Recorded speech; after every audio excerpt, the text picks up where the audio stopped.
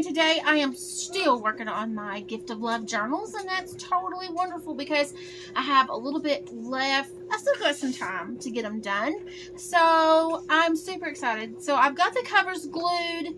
They're together. The fabric is on them really done really well. I love the Eileen Psychic glue, and since I'm going to sew these on the edges, of course I'm going to trim them up, trim that off, and I'm going to sew them on the edges with some zigzag stitch, and then I'm going to come in here where the spine is, and I'm going to zigzag down through here to give it a little bit more flexibility.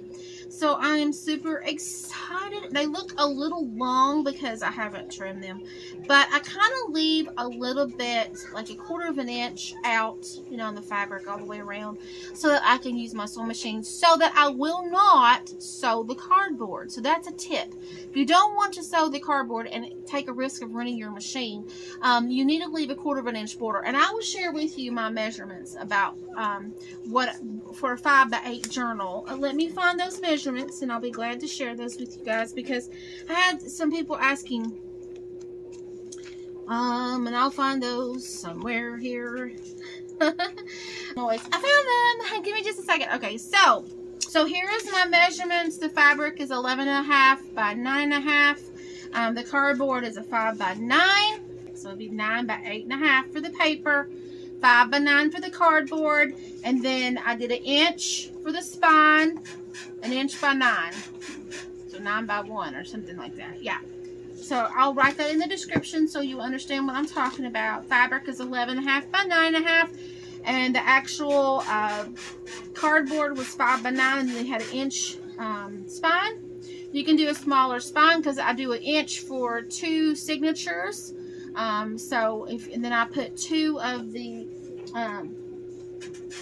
of these in when I sew it all the way around. So I'm going to show you about sewing. So if you want to make sure that you leave enough on the edges, so you're not sewing your cardboard, this is the measurements that I used. Okay, so I'll put that down below in case I'm not quite explaining to where you know. I'm sorry, I do the best with measurements. But yeah, so now I went to sew, and my bobbin is out of thread. Yeah, so I'm going to wind my bobbin, and I'll be right back.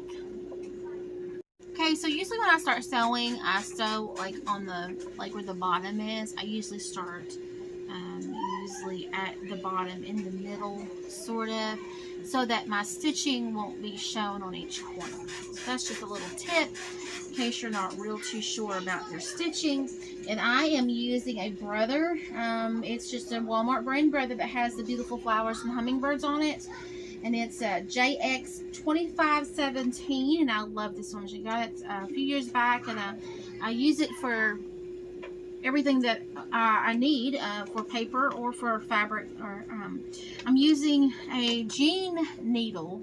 It's a 16 gauge needle, so I am using a thick needle because the smaller ones, yeah, I just use this. I use 16 or 18, some type of universal jean needle. I get them at Walmart.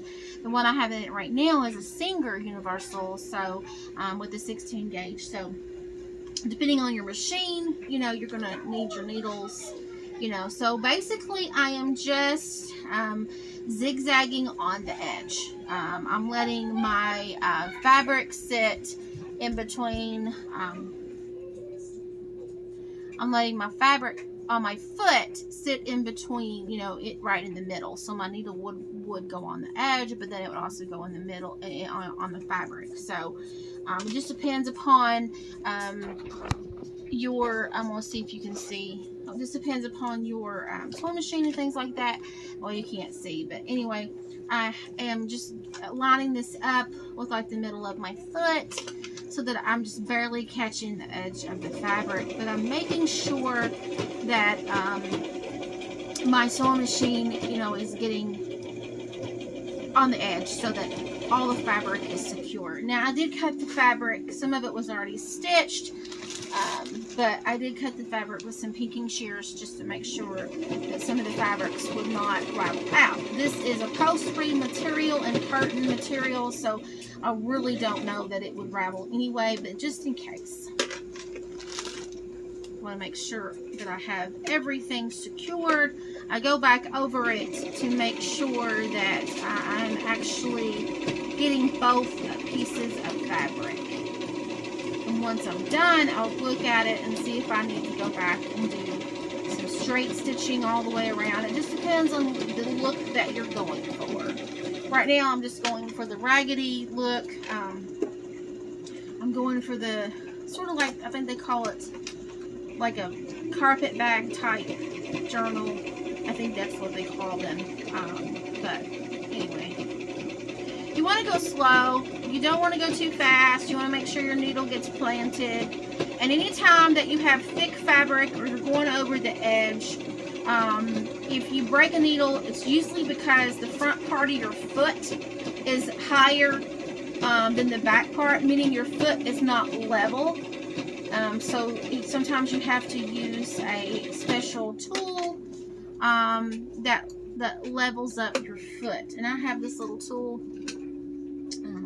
They're in the sewing section, these little pointers, and sometimes I will use this to actually put behind my foot to make my foot level so that it will not break my needle, just in case you guys are doing some thick fabric, or if you're doing through several layers. If you accidentally you know, get into your cardboard, you want a thick enough needle to actually get on there. And my tension is set at 3. Just to, because I have a big spool of thread. It doesn't fit on my machine. I have a sewing machine, I guess it's a thread holder in the back that sits standalone. I'll put my big thread, my big spools of thread on there. And your tension will be different for every machine though, so. And I'm just going over it a little bit to get out of the middle of where I started, and I'm going to back stitch just a tiny bit. You don't want to make it hard. You don't want to make it look obvious that you're unless you really want to go for that look. So I didn't stop. I just kept on going all the way around.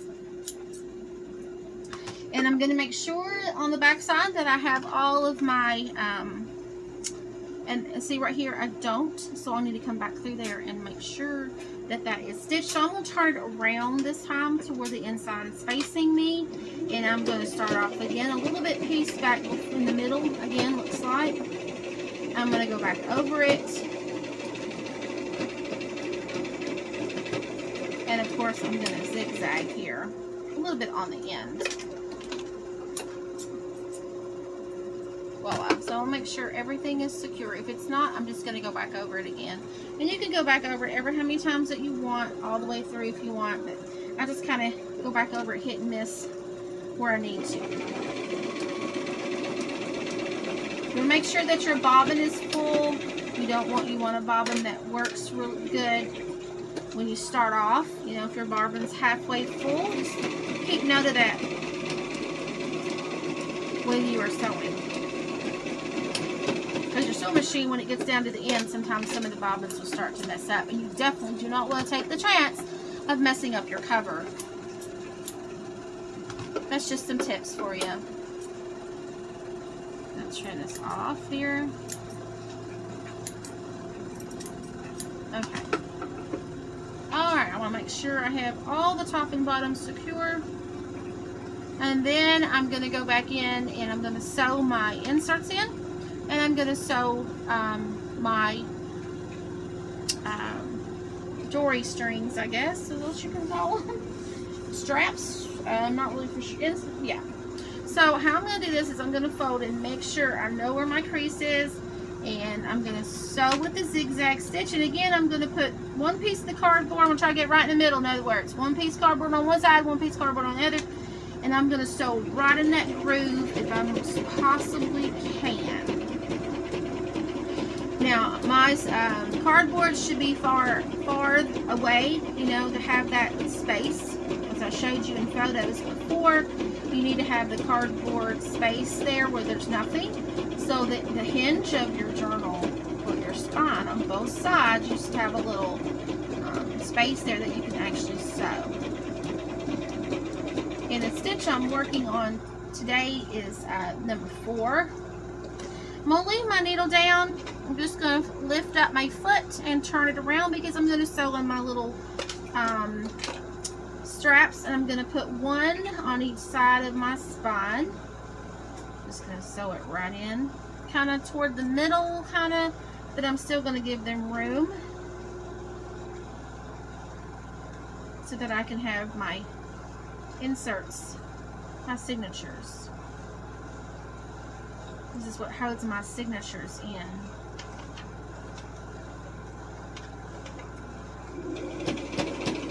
And these I like to back stitch several times because this is what's going to hold my signatures in. I definitely want them to be in there. And you want to make sure that you're in the middle again.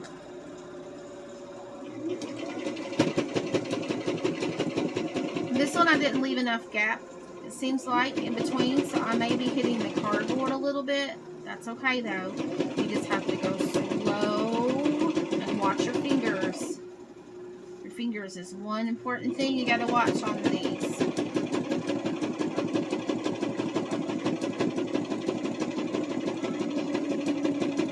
You want to make sure you have enough space behind your sewing machines for your material to go back and forth. And when I get to the end, I'm going to leave the needle down and I'm going to turn.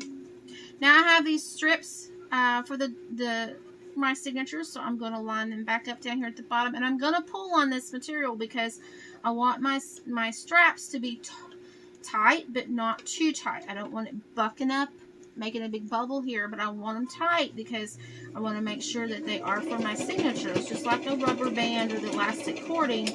I want to make sure that this polyester cotton muslin is actually secure. So I'm going to, back stitch about 2 times. That way I have it secure. And I'm going to cut the little bit off there. And then that way we have our, and if it does that sound, you know you've done well. And your signatures will fit right in there. So let me get 2 signatures. Let me push this aside and let me get 2 signatures to show you. The reason I'm using fabric is because I'm allergic to the elastic. So I want to make sure that I am able to actually use what I create. And I've already created my signatures. I'm just going to go through them, and I think these two would look real pretty together. So I'm going to put those 2 together. See, that was a front one. Oh, this is a front one. So let me choose another one. Let's see which one this will go. I put in the first signature, I put a special photo. Okay, so this is the second signature. In the second signatures, I put different papers. So yeah, I know which first and second signature. There's a reason why, because it's going to go with my women's meeting messages. So that's the reason why that I had to make sure that I have my first signature in here and my second signature, because I made different papers in the signatures. So I'm going to stick this right in here. And then that way, when we're done with the signature, when the ladies are done, we can make more signatures and give them to them every month. But they still have a beautiful cover that they can keep throughout. A reusable cover. And then there's one thing I totally forgot, guys. I got to sew in my tie, right? So I forgot that. And the tie goes over here in the middle. And I do my tie a special way. One side is shorter than the other. So let me get some muslin.